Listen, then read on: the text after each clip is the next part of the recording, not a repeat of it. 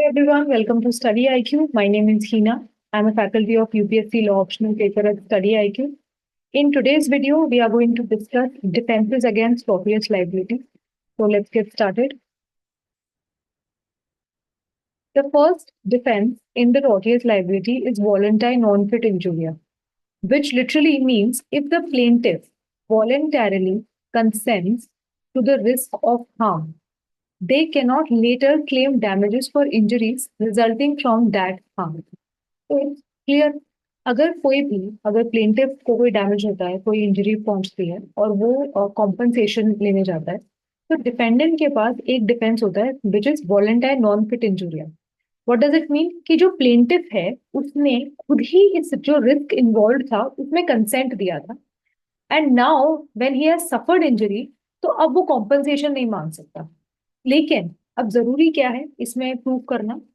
एक, plaintiff had knowledge of the risk. तो defendant को अगर ये डिफेंस लेना है वॉलेंटाइर नॉन फिट इंजूरिया का, तो उसको एक तो ये प्रूव करना पड़ेगा कि जो प्लेंटिव था उसको नॉलेज थी whatever the risk was involved in that particular act in which plaintiff got injured, plaintiff had knowledge that there was some inherent risk. पहली चीज तो डिफेंडेंट को नॉलेज प्रूव करनी पड़ेगी, knowledge of what, knowledge of risk. दूसरा, the defendant had to prove that plaintiff, after having the knowledge, also voluntarily accepted the risk। तो ये दोनों जो सिचुएशंस हैं ये दोनों डिपेंडेंट को प्रूव करनी पड़ेंगी। एक प्रूव कर दिया कि सिर्फ नॉलेज थी will not be enough. Dependent को अगर ये डिफेंस लेना है, यानी कि कोर्ट में एक्सेप्ट हो उसका ये डिफेंस, तो वो जरूरी है कि ये दोनों चीजों को वो प्रूव करे। एग्जाम्पल से इसको समझते हैं। फॉर एग्जाम्पल ए है, उसकी एक फैक्ट्री है, केमिकल की फैक्ट्री है उसकी, और बी में एम्प्लॉय है, राइट। सो ऑफकोर्स अगर आप कोई केमिकल फैक्ट्री ज्वाइन कर रहे हैं तो there is risk involve, inherent risk एक इन्वॉल्व होता है, इसकी नॉलेज हर किसी को है। तो ये जो फर्स्ट पॉइंट है, फर्स्ट एलिमेंट है कि रिस्क की नॉलेज है प्लेंटिफ को, ये आप ऑफकोर्स सर्कमस्टांसेस से, सिचुएशन से प्रूव कर सकते हैं। तो in this particular example also, जब बी ने एक केमिकल फैक्ट्री में काम लिया है तो उसको पता है कि इनहेरेंट रिस्क वहां पर इन्वॉल्व है। लेकिन अब इस सिचुएशन में ए अगर उसको जो सेफ्टी मेजर्स हैं वो ना प्रोवाइड करें, सेफ्टी मेजर्स ना प्रोवाइड करें, उसको प्रोटेक्शन किट्स जो होती हैं वो ना प्रोवाइड करें, या खराब किट प्रोवाइड करता है और उसकी वजह से उसको इंजरी होती है, तो यहाँ पर जो ए है, जो डिपेंडेंट है, उसको वॉलेंटाइर नॉन फिट इंजूरिया का डिफेंस नहीं मिलेगा। क्यों? क्योंकि यस, जो प्लेंटिफ था यानी इस सिचुएशन में बी है, उसको नॉलेज तो थी कि रिस्क इन्वॉल्व है, इसका उसको मालूम था। लेकिन उसने ये जो फैक्ट्री ज्वाइन किया उसने कोई वो रिस्क को वॉलेंटरली एक्सेप्ट नहीं किया है। ही इज इनटू द, जो उसने जॉब ली, he went into the factory with the mindset that of course there is risk involve, but he has not accepted it that अगर वो डिपेंडेंट नेग्लिजेंट भी है और वो अपने जो प्रिकॉशंस ले रहा है उसको वो नहीं पूरा कर रहा है, तो मुझे अगर हार्म हो भी जाएगा तो भी I am okay with it. ऐसा नहीं, राइट। तो it's very important for the dependent to prove both the things कि आपको नॉलेज भी प्रूव करनी है, नॉलेज ऑफ रिस्क है। दूसरा, जो प्लेंटिव है वो उसने जानने के बाद इसको वॉलेंटरली एक्सेप्ट भी किया है। तो ये दोनों चीजें जो प्लेंटिव है उसको प्रूव कर, सॉरी डिपेंडेंट है उसको प्रूव करनी है। एग्जाम्पल है, जैसे क्लासिक एग्जाम्पल है वॉलेंटाइर नॉन फिट इंजूरी का। A spectator injured at a sports event cannot sue if the injury was foreseeable and natural part of the game। ठीक है। जैसे बहुत सारा वो कार रेसिंग्स होती हैं, वहां पे बहुत एक्सीडेंट्स भी होते हैं। उस सारी सिचुएशन में जो भी स्पेक्टेटर्स होते हैं, स्पेशली जो आगे की तरफ बैठते हैं, तो उनको मालूम है कि एक्सीडेंट्स होते हैं, हो सकते हैं, राइट। उसके बावजूद वो वहां जाके बैठे हैं, ठीक है। तो अब अगर कोई ऐसी सिचुएशन आ गई, कोई गाड़ी एक्सीडेंट हो गया, उड़ के उनके ऊपर चली गई और उनको इंजरी हो गई है, तो वो फिर कॉम्पनसेशन क्लेम नहीं कर पाएंगे। क्यों? क्योंकि जो डिफेंस है ना उसको वॉलेंटाइर नॉन फिट इंजूरिया का वहां पर डिफेंस मिल जाएगा और वो अपनी लाइबिलिटी से बच जाएगा। So this is first defence, that is volenti non fit injuria. दो चीजें डिफेंस डिपेंडेंट को प्रूव करनी है, नॉलेज ऑफ द रिस्क, दूसरा voluntarily accepted the risk. So ये प्लस है, and him. You don't have to prove either. You have to prove both the things. So this is first defense. Second is inevitable accident. तो ना what is inevitable accident by literally जो meaning है inevitable का, कुछ ऐसी situation which could not have been avoided. Inevitable accident होता है जिसको आप अवॉइड ही नहीं कर सकते थे, उसको हम इनएविटेबल एक्सीडेंट बोलते हैं। दैट मीन्स उसमें किसी की गलती नहीं है, the circumstances were such that it could not have been avoided. Principle क्या कहता है, if the harm caused was due to an event that could not have been foreseen, ठीक है, और prevented even with reasonable care, the dependent is not life. Right, कि कुछ ऐसी situation आ गई थी जिसको एक फोर्स नहीं किया गया। फोर्स करने का मतलब क्या है कि कभी कभार होता है कि आप एक होता है ना, दूर तक दिखता है कि ये पता चल गया था कि भाई ये हो सकता था, उसको हम फोर्सिएबिलिटी बोलते हैं। और दूसरा कि ऐसा सिचुएशन था कि रीजनेबल केयर से भी उसको प्रिवेंट करना पॉसिबल नहीं था। तो अब आप खुद सोचिए, even if we use common sense, तो ऑफकोर्स यहाँ पर किसी की गलती नहीं है, nobody has wronged anyone. Defendant ने भी किसी को जानबूझकर कोई रॉन्गफुल एक्ट करके इंजरी नहीं पहुंचाई है। वो एक एक्सीडेंट था जिसमें डिपेंडेंट की भी गलती नहीं है, तो ये भी उसको प्रूव करना पड़ेगा। इनएविटेबल एक्सीडेंट का अगर डिफेंस लेना है डिपेंडेंट को, तो एक तो उसको ये प्रूव करना पड़ेगा कि ये जो एक्शन हुआ है, ये जो एक्सीडेंट हुआ है, ये फोर्सिएबल नहीं था। और दूसरा कि मैंने अगर रीजनेबल केयर भी ली होती, कुछ भी किया होता, ये अवॉइड नहीं हो सकता था, पॉसिबल नहीं था इसको अवॉइड करना। जैसे इसका क्लासिक एग्जांपल है a car accident caused by sudden mechanical failure despite proper maintenance. अब देखिए, पूरा एग्जांपल अगर आप पढ़ेंगे, क्या लिखा है, एक सडन मैकेनिकल फेलियर है, sudden mechanical failure despite proper maintenance. Right, अब इसको हम थोड़ा सा अगर ट्विस्ट करें और समझे, इस एग्जाम्पल को थोड़ा सा और इलेबोरेट करें। अगर ए है और उसकी जो गाड़ी है, वो कई टाइम से, बहुत टाइम से उसको पता चल रहा है कि गाड़ी के ब्रेक्स में कुछ इशू है, लेकिन वो फिर भी नेग्लिजेंट है और वो उसको ठीक नहीं करवा रहा। राइट, उसने उसके साथ जो लोग बैठे उठे गाड़ी में चले हैं, उन्होंने उसको बोला कि भाई कुछ प्रॉब्लम है ब्रेक्स के साथ, तो आप इसको ठीक करवा लो। मगर वो ठीक नहीं करवा रहा है। अब ब्रेक फेल हो जाता है और ब्रेक फेल होने की वजह से एक्सीडेंट होता है बी का। अब बी का जो ये एक्सीडेंट हुआ है, ये इनएविटेबल एक्सीडेंट नहीं है, फोर्सिएबल है। अगर गाड़ी के जो ब्रेक्स हैं दे आर वेरी इंपॉर्टेंट, आप गाड़ी चला रहे हो तो ब्रेक ठीक नहीं है, तो मतलब आपको गाड़ी रोड पे लेके नहीं निकलना चाहिए। तो ये जो एक्सीडेंट हुआ है ये फोर्सिएबल है, और इसको प्रिवेंट किया जा सकता था with reasonable care, which A didn't do. तो यहाँ पर भले ही एक्सीडेंट हुआ है, बट ये इनएविटेबल एक्सीडेंट नहीं। ऑन दी अदर हैंड, अगर जो ए है वो रेगुलरली 2 महीने 3 महीने में अपनी गाड़ी को प्रॉपरली चेक करवाता है, उसकी सर्विस करवाता है, और वो उसको बहुत अच्छी कंडीशन में मेंटेन करके रखता है, और अब वो रोड पे गाड़ी चला रहा था और एकदम से अचानक कोई मैकेनिकल फेलियर हो गया, ब्रेक में कुछ प्रॉब्लम हो गई है और इस वजह से गाड़ी आउट ऑफ कंट्रोल हो गई, और बी के साथ एक्सीडेंट हो गया, बी को इंजरी हो गई है। Now in this situation A will get the defence of inevitable accident, because यहाँ पर उसका जो एक्सीडेंट है वो फोर्सेबल नहीं है। He was continuously getting his car service, सब कुछ वो करवा रहा था। वो इसको प्रिवेंट भी करने की उसने कोशिश की ना। अब ऑफकोर्स अपनी गाड़ी की आप सर्विस करा रहे हो, उसका ऑयलिंग चेक करा रहे हो, ब्रेक्स चेक करवा रहे हो, that means you are taking reasonable care. But in this situation after doing everything, accident still happen. तो यहाँ पर इनएविटेबल एक्सीडेंट का एक को डिफेंस मिल जाएगा। Okay, so this is your second defense. First, voluntary non-fit injury, then inevitable accident. Now, third is act of God, that is vis major. Now, what is act of God? कोई भी natural event होता है generally, तो हम उसको act of God ही बोलते हैं। मगर एक्ट ऑफ गॉड को एज अ डिफेंस अगर आप देखेंगे, तो सिर्फ नेचुरल इवेंट होना इनफ नहीं। Right, what it says, natural events that are extra ordinary and unavoidable, ठीक, even and unavoidable even with reasonable care. तो उस सिचुएशन में जो डिपेंडेंट है he will be absorb from his liability. इसका मतलब क्या है, इसको हम एक एग्जांपल से समझते हैं फिर से। अभी आपको पता है कि बॉम्बे में मॉनसून, बॉम्बे का मॉनसून बहुत फेमस है, तो मैं इसीलिए वो एग्जांपल ले रही हूँ। बॉम्बे में जब बारिशों का टाइम होता है, तो बारिशों के टाइम पे बहुत स्टॉर्म्स आते हैं, हवा बहुत तेज चलती है, बहुत ज्यादा बारिश होती है। राइट, ये सबको पता है। राइट, जो भी बॉम्बे में रहता है स्पेशली, उनको ये बात मालूम है, जो वहाँ बिजनेस कर रहे हैं उनको ये बात मालूम है कि हर वक्त हर साल 2 से 3 महीने बॉम्बे की ऐसी सिचुएशन रहती है। तो वो नेचुरल इवेंट जरूर है, राइट, मगर क्या वो एक्स्ट्रा ऑर्डिनरी नेचर के हैं? ये बहुत जरूरी है। अब इसको एग्जाम्पल समझते हैं, जैसे एक ए है, उसका एक शॉप है बॉम्बे में, और उस शॉप के ऊपर उसने एक होर्डिंग लगाई है। उसने एक होर्डिंग लगाई है उस शॉप के ऊपर। अब वो जो होर्डिंग है उसको उसने जो जो भी बंदा होर्डिंग होर्डिंग लगाने आया है उसने बोला कि सर इसको ना हमें चारों तरफ से अच्छे से वायर से बांधना होगा, क्योंकि जो अब आपको पता है अगले महीने से बारिश शुरू हो रही है, रेनी सीजन है, तो ये गिर सकता है। राइट, तो उसने उसको बताया भी कि इसको हमें अच्छे से बांधना होगा, अदरवाइज जो नॉर्मल बॉम्बे की जो हर साल का जो सिचुएशन है उसमें पक्का गिर सकता है।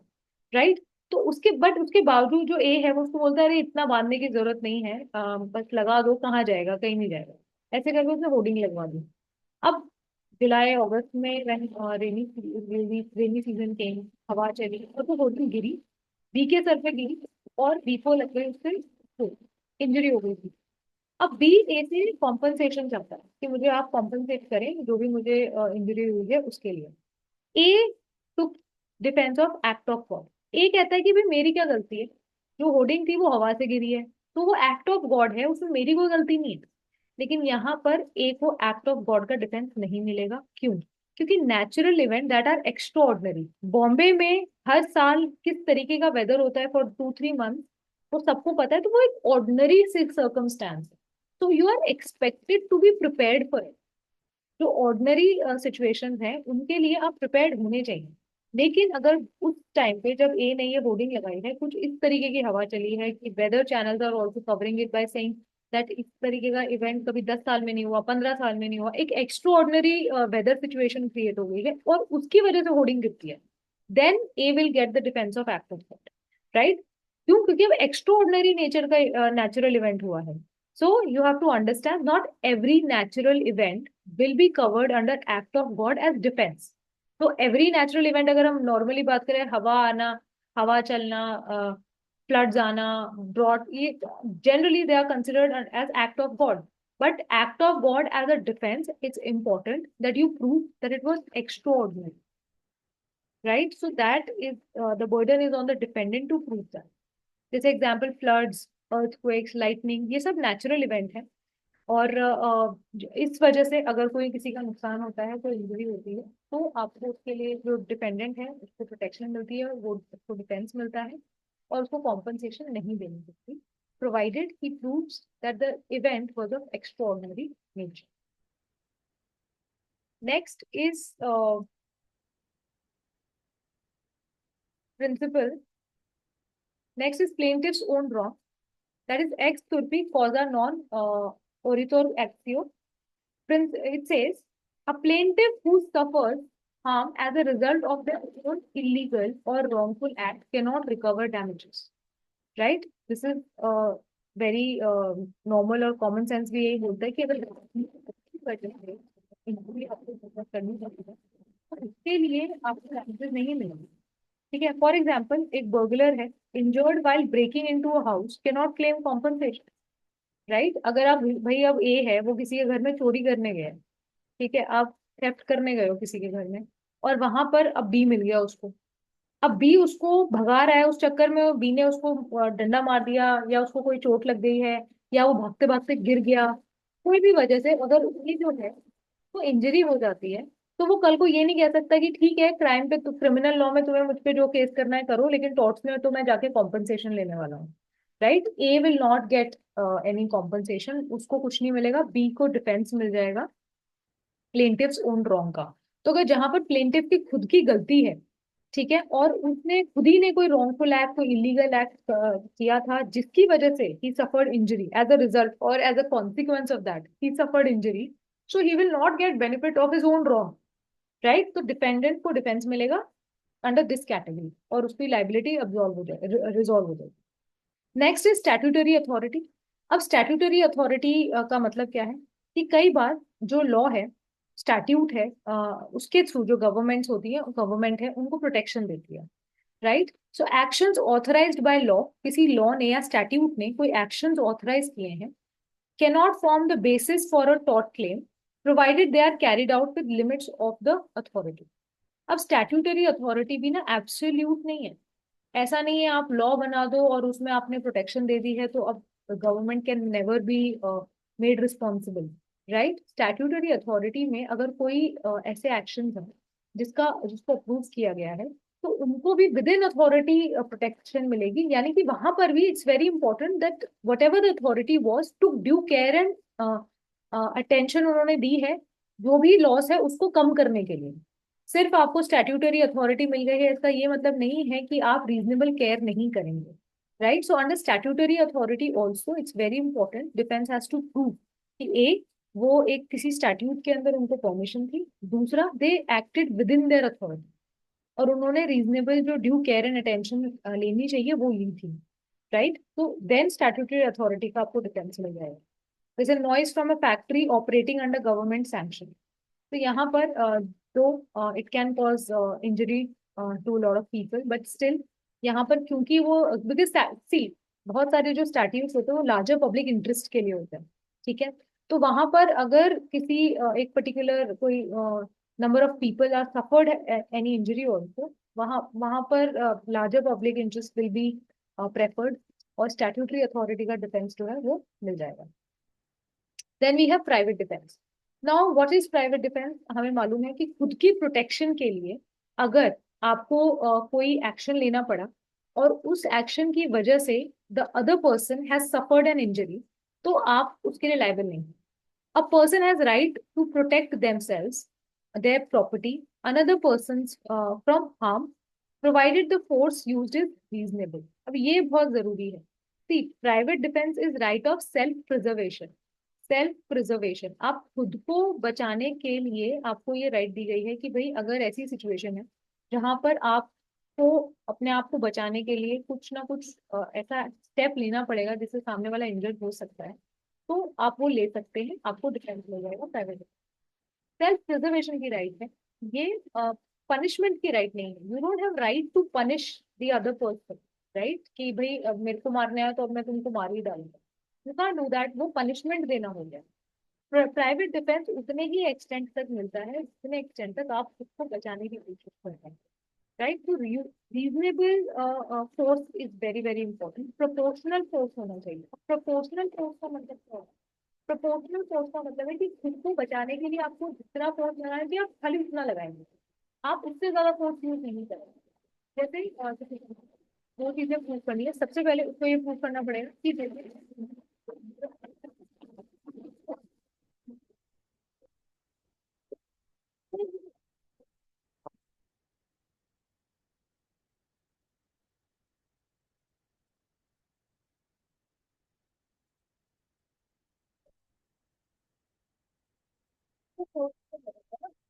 करवाना चाहिए था, अगर उसके साथ बहुत ज्यादा तो डिपेंड नहीं करता। तो उसको ये प्रूव करना पड़ेगा कि एक तो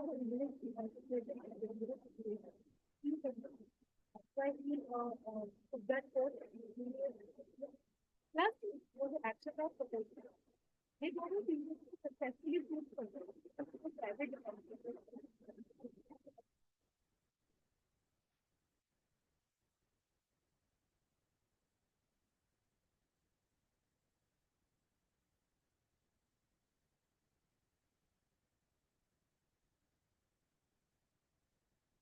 it was done to prevent greater harm और टू प्रोटेक्ट पब्लिक इंटरेस्ट।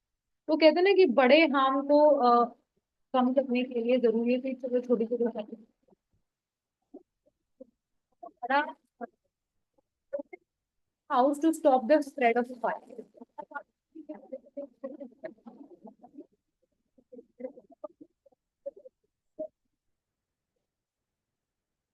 वहाँ पे आग स्प्रेड होनी शुरू हुई है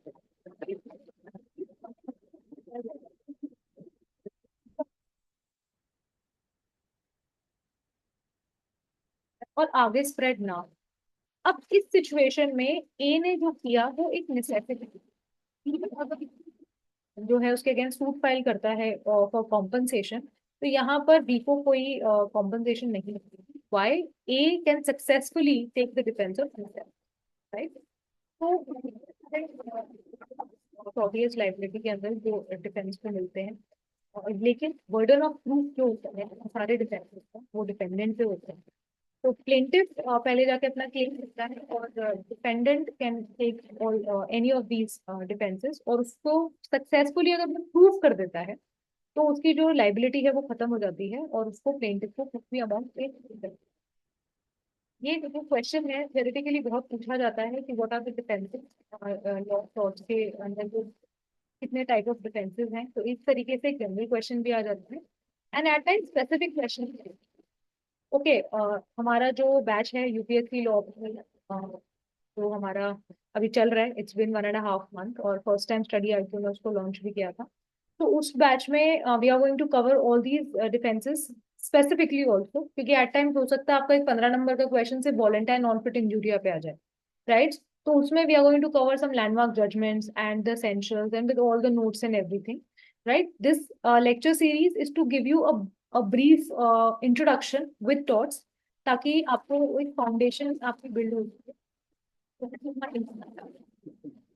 Hopefully, it will keep helping you.